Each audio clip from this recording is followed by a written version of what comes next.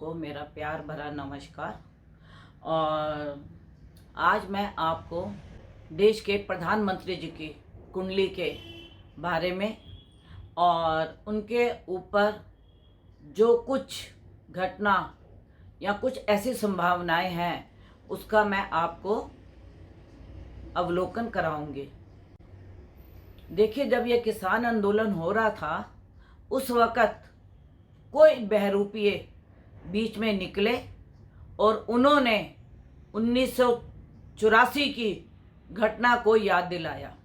देखते हैं, अगर कुछ हल होता है, हमारा भी मीटिंग है जी, उसमें कोई हल होगा तो ठीक मीटिंग है। ये अभी 24 तारीख रखी हुई है ना, 3 दिसंबर को जो मीटिंग रखी। हाँ, तब तक आप यहीं पर यहीं बैठे। ये उस पर भी कुछ हल ना हुआ, फिर हम बैरिकेड तो क्या, हम तो इनको वैसे ही उड़ा देंगे। ये हम उसके हमारे जो शहीद हुए हैं, आप भी जानते हैं, उधम सिंह वर्ग कनाडा की धरती पे जाके उनको ठोक सकते हैं गोरे को। ये दिल्ली तो कुछ भी नहीं हमारे पास है, ये तो इतनी का है। ये इंदिरा ठोकती मोदी की शादी में। बिल्कुल बिल्कुल, तो आप देख सकते हैं जी, बिल्कुल क्या कहेंगे यह है हमारे प्रधानमंत्री जी की वृश्चिक लगन की कुंडली है और इनके पराक्रम स्थान में ये 6 ग्रह इकट्ठे होंगे और इनके दूसरे स्थान में मंगल और राहु की युति बनेगी। केतु इनके लगन में है। मैं गोचर से इसका विश्लेषण कर रही हूं।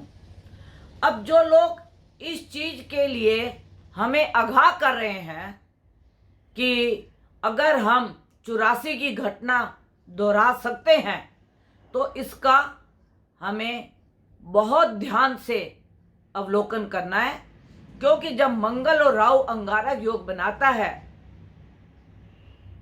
हमारे प्रधानमंत्री जी की कुंडली से गोचर में 7वें घर में, तो मुझे कुछ ऐसी संभावना लगती है कोई फिर बहरूपिया अपनी चाल में सफल तो नहीं हो पाएगा।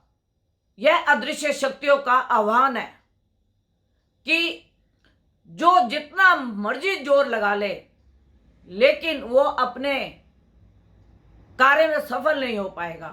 तो अब जो इन्होंने 84 की बात दोहराई है, तो जो मैं मोदी जी की कुंडली देखती हूँ, उनका जो लगन में मंगल बैठा था वो अपने से 7वें स्थान में आ गया।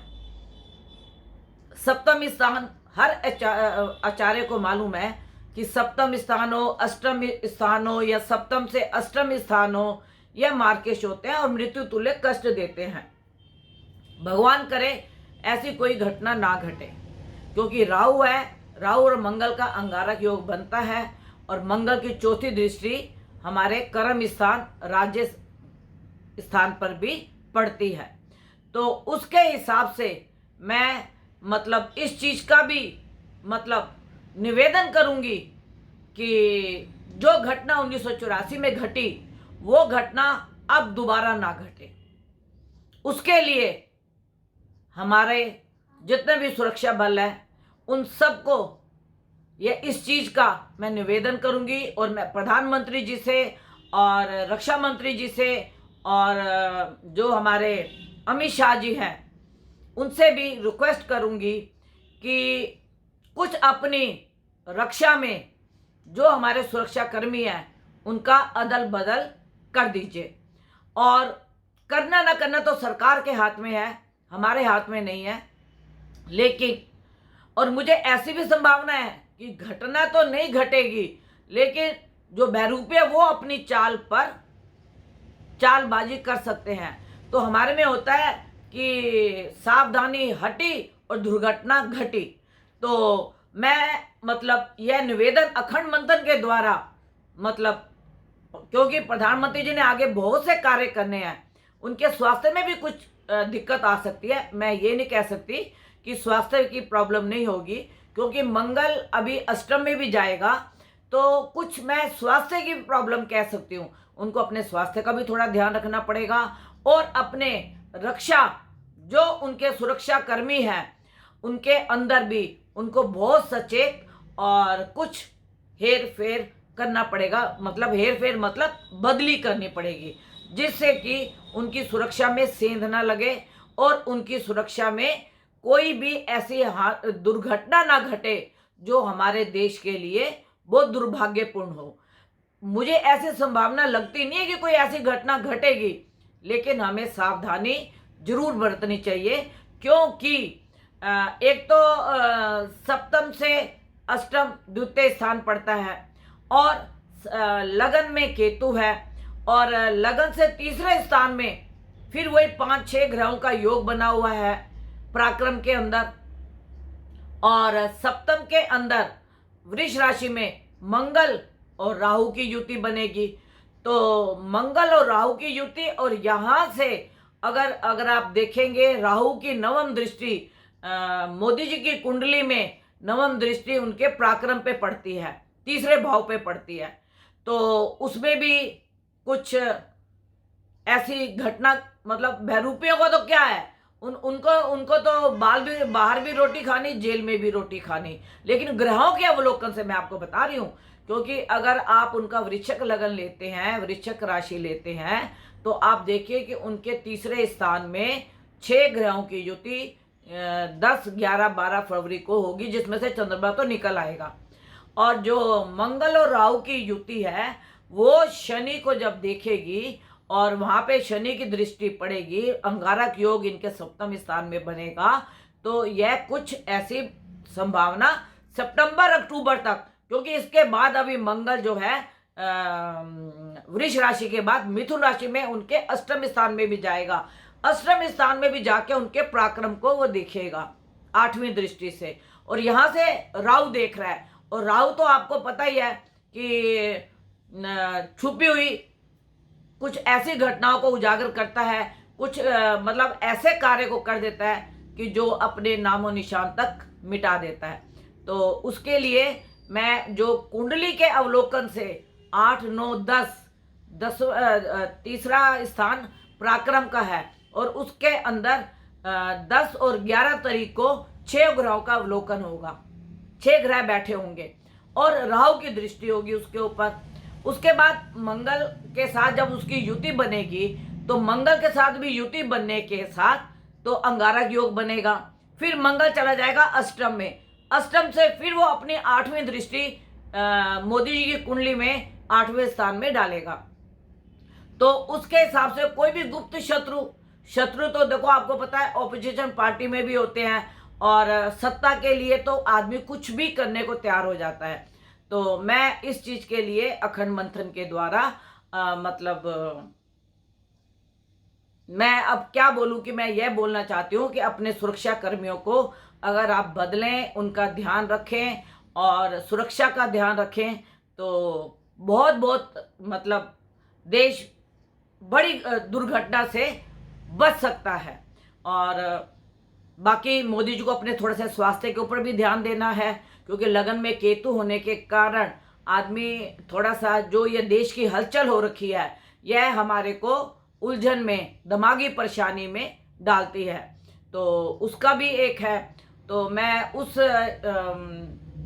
सब ग्रहों के अवलोकन के द्वारा मैं मतलब अखंड मंथन के चैनल के द्वारा मैं आप केंद्र सरकार को इस चीज की चेतावनी देना चाहती हूँ कि अपनी सुरक्षा का ध्यान रखें, अपने सुरक्षा कर्मियों का ध्यान रखें, और अब अगर अपनी सुरक्षा कर्मियों में कुछ आपको ऐसे तत्व बहरूपीय छुपे हुए लगते हैं, तो आपको अपनी सुरक्षा कर्मियों को बदल देना अच्छा है। और अगर ये कार्य हो जाता है तो हम अपना, जैसे कहते हैं ना, बॉर्डर पे जब सैनिक होते हैं तो हम चैन की नींद सोते हैं।